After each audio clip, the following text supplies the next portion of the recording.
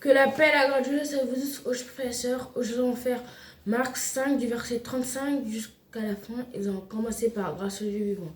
Amen. Père, nous te disons merci pour ta grâce et ta miséricorde. Merci Seigneur pour le moment de grâce. Nous te disons merci pour ta parole. Dans le coup, nous précieux de Jésus-Christ, nous te prions. Amen. Comme je disais avant de prier, nous allons faire Marc 5, du verset 35 jusqu'à la fin. Et nous allons commencer par grâce au Dieu vivant. Amen. Amen. Comme il parlait encore, survint des chefs de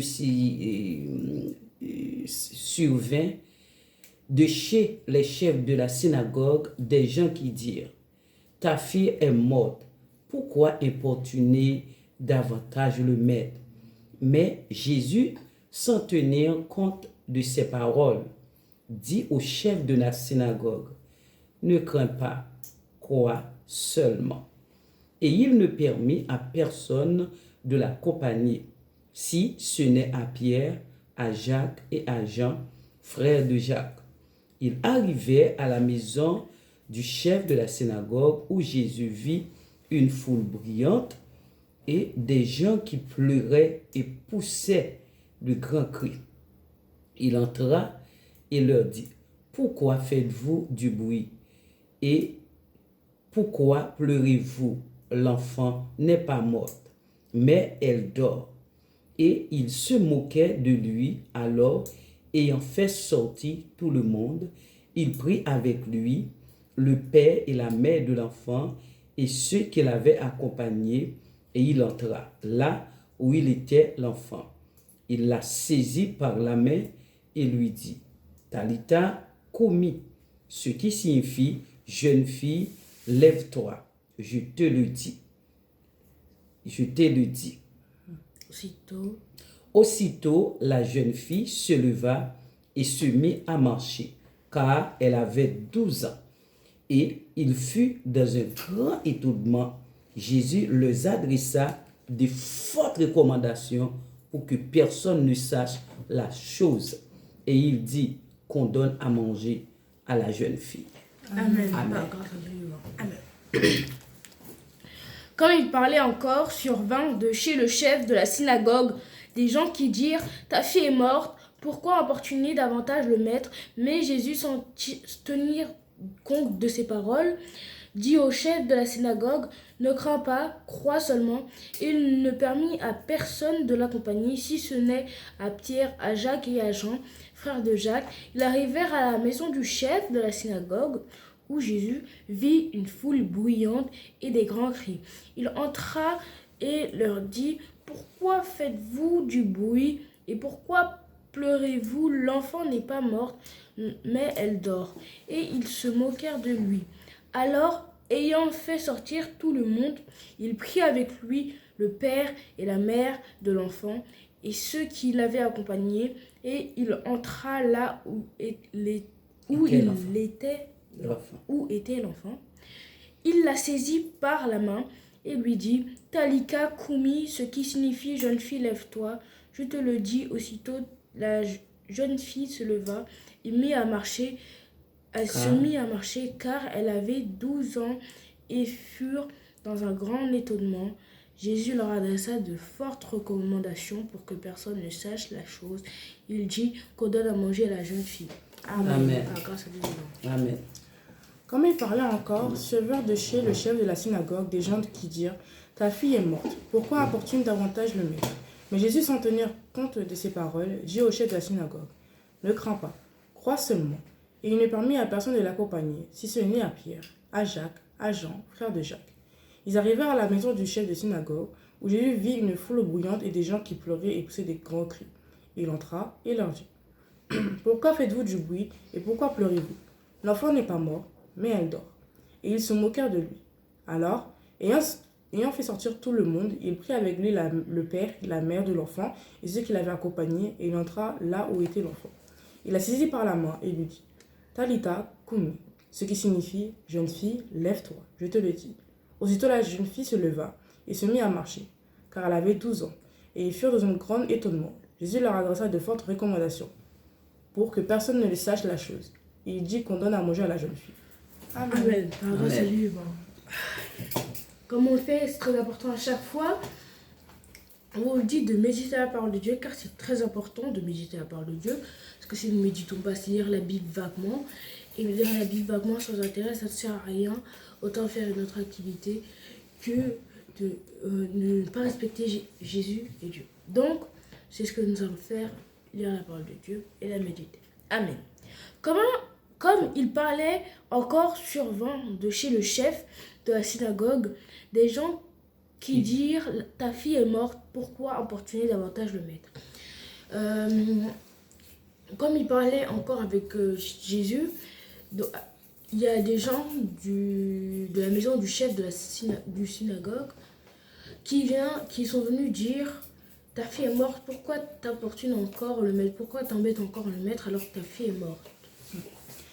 Mais Jésus, sans tenir compte de ces paroles, dit au chef de la synagogue, ne crains pas, crois seulement. Du coup, comme tout le monde venait le voir pour lui dire que non, laisse-le monsieur, laisse-le mettre tranquille, ta fille est morte, c'est bon, c'est déjà fini. Jésus a dit au chef de la synagogue de seulement croire et sa fille va soit ressusciter, soit revenir à la vie. Mais s'il croit, sa fille ne sera pas morte.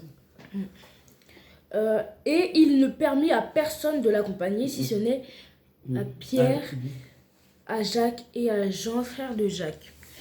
Il n'a permis à personne de l'accompagner pour aller dans la maison du chef de la synagogue, à part Pierre, Jacques et Jean, frère de Jacques.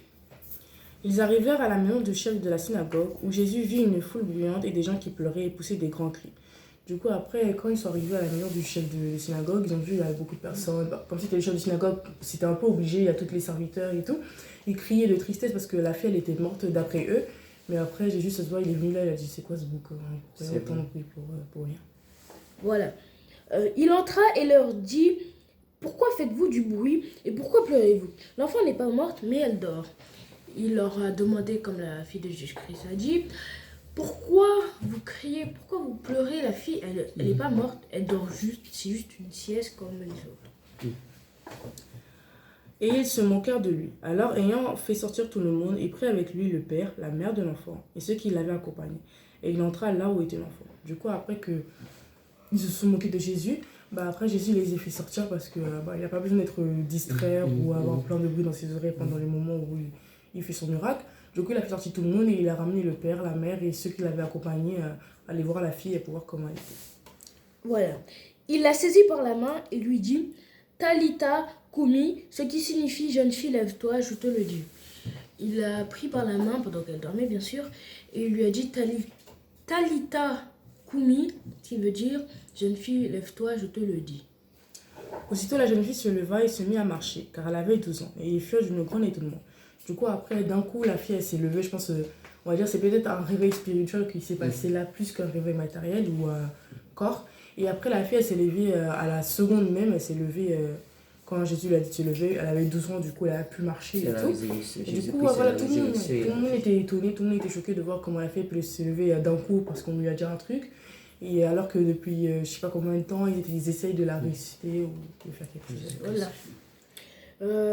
Et Jésus leur adressa de fortes recommandations pour que personne ne sache la chose et dit qu'on donne à manger à la jeune fille. Jésus, comme d'habitude, malgré qu'il ne voulait pas se faire trop connaître, il a donné de fortes recommandations pour que personne ne sache la chose. Comme la foule était dehors, il n'a rien vu, il n'a rien entendu, mais il savait juste qu'elle a ressuscité et c'est tout. Donc, il lui a dit de donner de la nourriture à la jeune fille, puisqu'après un tel sommeil, il faut bien qu'elle mange, qu'elle se requinque. Amen. Nous voyons que Jésus dit à le chef de la synagogue, crois seulement. Crois seulement. Donc, ça veut dire que avoir la confiance en soi et en Jésus, la foi est un grand pouvoir, que ce soit matériel ou spirituel. Des choses se sont arrivées et des choses ont été miraculeuses pour des gens, que ce soit pour vous, pour nous, pour des gens dans le monde.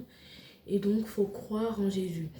On voit dans cette parole beaucoup de choses, surtout ce qu'on vient de dire, de croire et avoir la foi.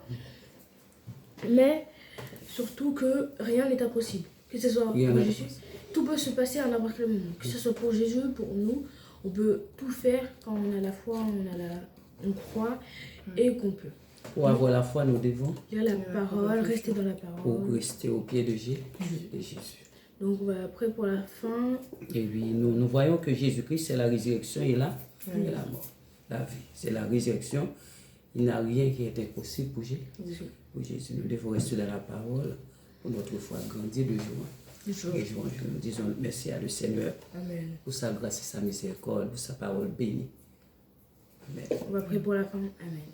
Père, nous te disons merci pour ta grâce, merci pour ta parole, merci pour ta faveur, Seigneur. Merci. Merci, Seigneur, pour les auditeurs. Merci, Seigneur, pour ta présence. Nous avons besoin de toi. Sans ta présence, Seigneur, la vie, Seigneur, n'a pas de sens. Avec toi, nous ferons des exploits, Seigneur. Avec toi, Seigneur, nous ferons des exploits. Et nous briserons au nom de Jésus-Christ nos ennemis. Nous te disons merci pour ta présence bénie dans le chrono précieux de Jésus-Christ. Amen. Que le Seigneur vous bénisse, ma bien-aimée. N'hésitez pas à commenter, partager, liker, abonnez-vous. Au revoir. Amen. Au revoir.